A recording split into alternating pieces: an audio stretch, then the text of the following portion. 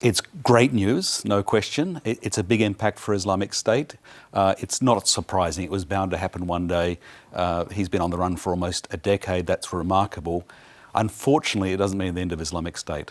Was there a new leader in the wings for Islamic State? There almost certainly is. This is a massive bureaucracy. It's really backed up at its core by former Iraqi Ba'athist intelligence officers, military officers, so they know what they're doing, but there's no names floating around, so they've got people in mind. They'd be very wise actually to say nothing about leaders for a while, because as soon as you name somebody, there's a target on their back.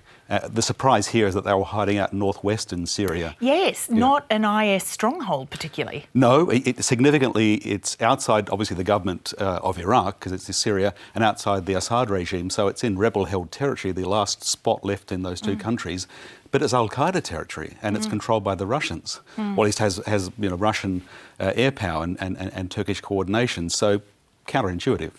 Tell us about al-Baghdadi and why he was such a powerful figure. Look, it's a really good point, Paul. He wasn't charismatic. He was a brutal fundamentalist, a loner, a strange individual, but that combination of brutality and religious legitimacy in that sort of very small fundamentalist community made him a feared figure. It may well be, though, that his successor is a more charismatic, able leader of an insurgency, so we shouldn't celebrate too quickly and assume that we've lost the one great person who can lead Islamic State. His successor may be more effective. How does his death fit in with the United States and its new role in that area? It's not a total withdrawal because there's still some semblance of US presence in that area, but far different to what we had a couple of weeks ago. Unfortunately, the Pentagon's been reduced to trying to entice Trump like a small child, saying, look, we've got to protect the oil. So they're leaving special forces behind to protect the oil. It's just a ploy, basically, to keep special forces in place. It was the Delta Force, special forces in general, that did this work, and they worked with the Syrian Democratic Forces, the very people that Trump has just sort of turned and hung out to dry.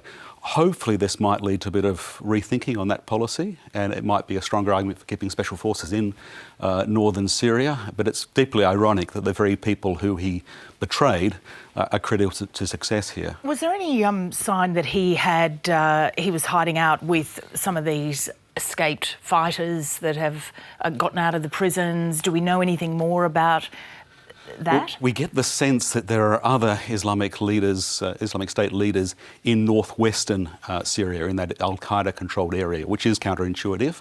Baghdadi was a loner. He was very security conscious. That's why he survived a decade.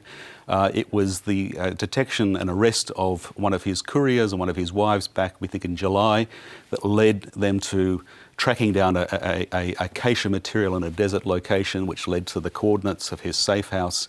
Months in work, apparently delayed a month because of the changes of plans with SDF and northeastern Syria.